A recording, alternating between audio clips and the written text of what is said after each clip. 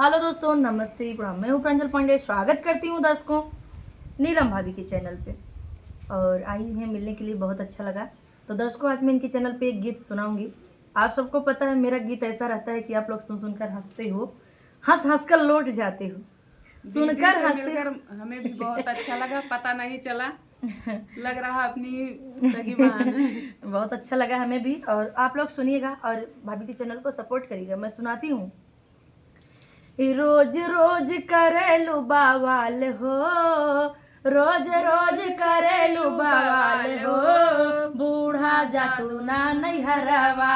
रोज रोज करे हमार बूढ़ा इन बगल में बैठी है। बूढ़ा जा तो ना नैहर रोज रोज करेलू बवाल हो, बूढ़ा जातू ना नैहरवा।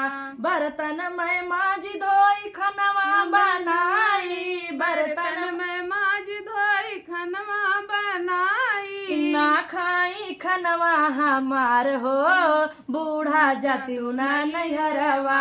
ना खाई खनवा मार हो, बूढ़ा जातियू ना नैहरवा। रोज रोज करलू बवाल हो, बूढ़ा जातियू ना नैहरवा।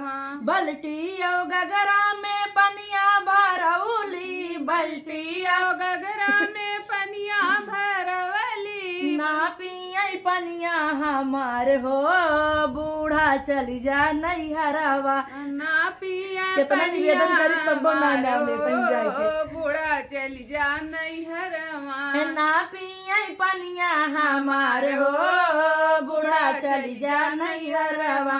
रोज रोज करलू बवाल हो, बूढ़ा चली जा नैहरवा।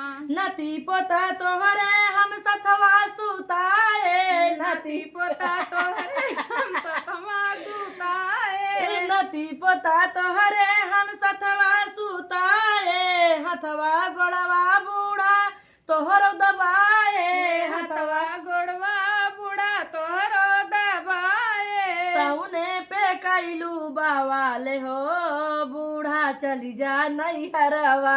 तौने पे कैलू बवाल हो, बूढ़ा चली जा नैहरवा।